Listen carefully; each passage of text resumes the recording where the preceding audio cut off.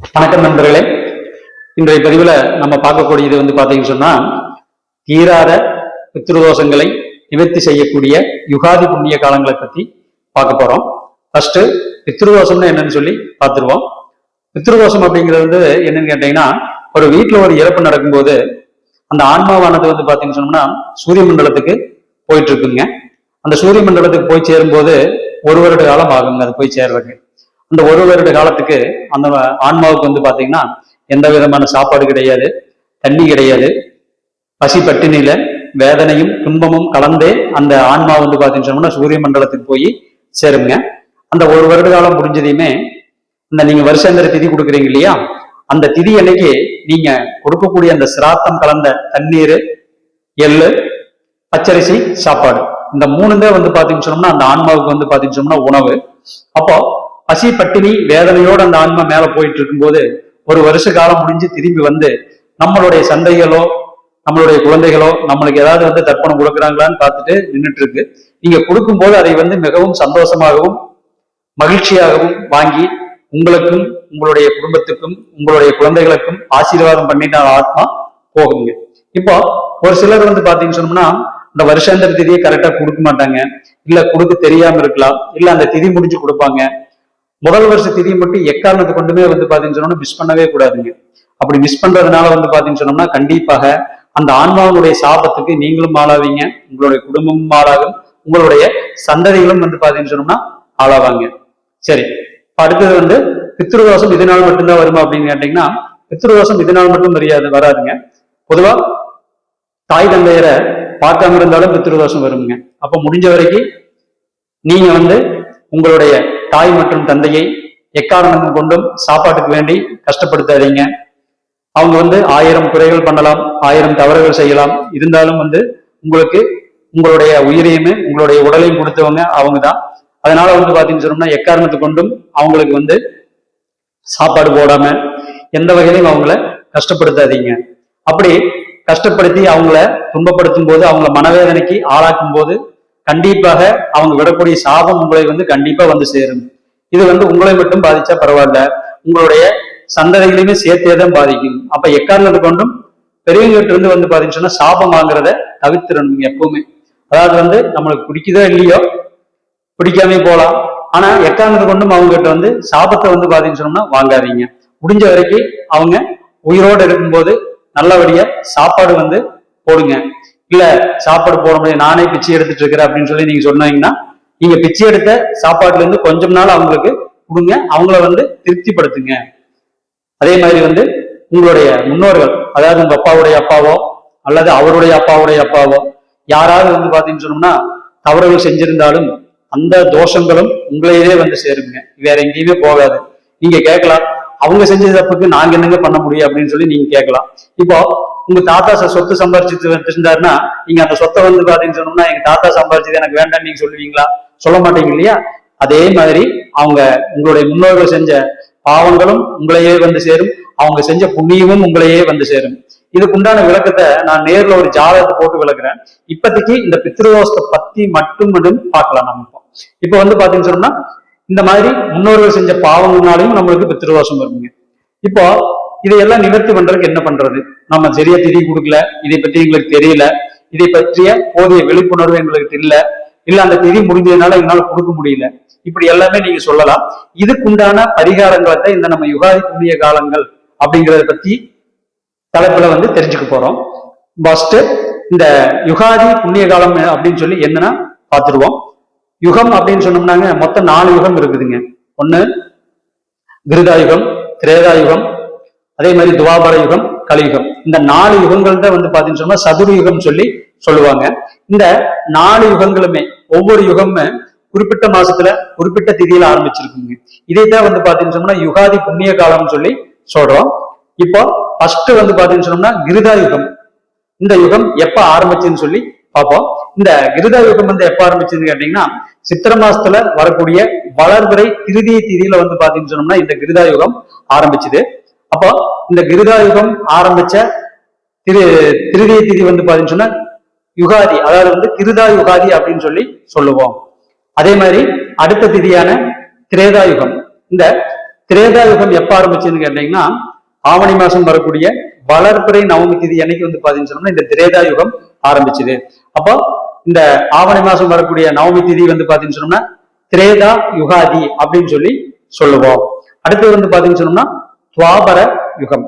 இந்த துவாபர யுகம் எப்ப ஆரம்பிச்சுன்னு கேட்டீங்கன்னா ஐப்பசி மாசம் வரக்கூடிய தேய்பிறை திரையோதசி திதியில ஆரம்பிச்சுதுங்க. அப்போ ஐப்பசி மாசம் வரக்கூடிய திரையோதசி திதி வந்து பாத்தீங்கன்னு சொன்னோம்னா துவாபர யுகாதி அப்படின்னு சொல்லி சொல்லுவோம். அடுத்து வந்து பாத்தீங்கன்னு சொன்னோம்னா கலியுகம்ங்க. இந்த கலியுகம் எப்ப ஆரம்பிச்சதுன்னு கேட்டீங்கன்னா மாசி மாசம் அமாவாசை அன்னைக்கு ஆரம்பிச்சதுங்க. அப்போ மாசி மாசம் வரக்கூடிய அமாவாசை திதியை நம்ம என்னன்னு சொல்லுவோம்னு கேட்டீங்கன்னா கலி யுகாதி அப்படின்னு சொல்லி சொல்லுவோம். சரி, இந்த யுகாதிகளுக்குமே இந்த பித்ருதோஷ நிவர்த்திக்கும் என்ன சம்பந்தம் அப்படின்னு சொல்லி நீங்க கேட்கலாம். சம்பந்தம் ரொம்பவே இருக்குங்க. இந்த 4 யுகங்களும் ஆரம்பிச்ச திதி அன்னைக்கு நீங்க வந்து தர்ப்பணம் கொடுத்தீங்கன்னு சொன்னா அந்த ஆத்மாக்களுக்கு நீங்க வந்து 1000 வருடங்கள் தர்ப்பணம் கொடுத்ததுக்கு சமம் இப்படின்னு சொல்லி நான் சொல்லலீங்க, விஷ்ணு புராணத்துல வந்து இதைய சொல்லியிருக்காங்க.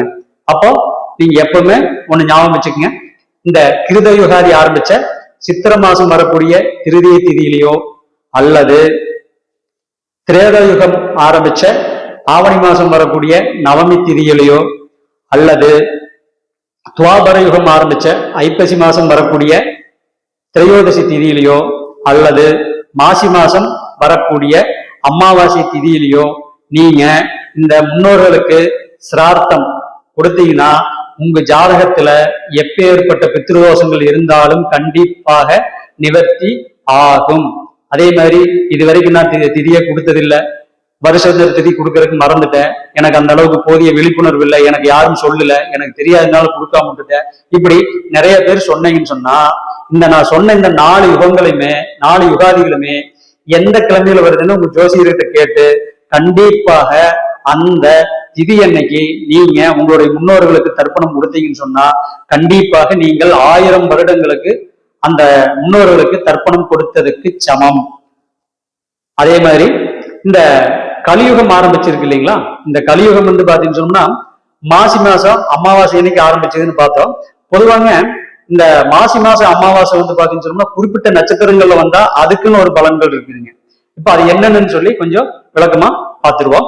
இந்த மாசி மாச அமாவாசை வந்து பாத்தீங்கன்னாங்க, அதாவது அவிட்ட நட்சத்திரத்துல வந்தா 14,000 வருடங்கள் நீங்க வந்து பாத்தீங்கன்னு சொன்னோம்னா திதி கொடுத்ததுக்கு சமம். அதாவது வந்து மாசி மாச அமாவாசை அவிட்ட நட்சத்திரத்துல வந்து அந்த நட்சத்திரம் வரும்போது நீங்க திதி கொடுத்தீங்கன்னு சொன்னா அது வந்து பாத்தீங்கன்னு சொன்னா 14,000 வருஷம் நீங்க உங்களுடைய முன்னோர்களுக்கு திதி கொடுத்ததுக்கு சமம். அடுத்தது இந்த மாசி மாச அமாவாசையானது பூரட்டாதி நட்சத்திரத்துக்கு வந்தால் நீங்க அன்னைக்கு வந்து உங்களுடைய முன்னோர்களுக்கு தர்ப்பணம் கொடுத்தீங்கன்னு சொன்னா 1000 யுகங்கள் உங்களுடைய முன்னோர்கள் நிம்மதியா படுத்து எந்த கவலையும் இல்லாம தூங்குவாங்கன்னு சொல்லிட்டு இந்த விஷ்ணு புராணம் வந்து பாத்தீங்கன்னு சொன்னோம்னா சொல்லுது. இப்ப அடுத்தது வந்து பாத்தீங்கன்னாங்க சுவாதி விசாகம் அனுஷம் இந்த 3 நட்சத்திரம் வரும்போது மாசி மாச அமாவாசையானது சுவாதி விசாகம் அனுஷம் இந்த 3 நட்சத்திரத்துல வரும்போது நீங்க திதி கொடுத்தீங்கன்னா ஒரு வருஷத்துக்கு திதி கொடுத்ததுக்கு உண்டான பலன் தான் கிடைக்குது.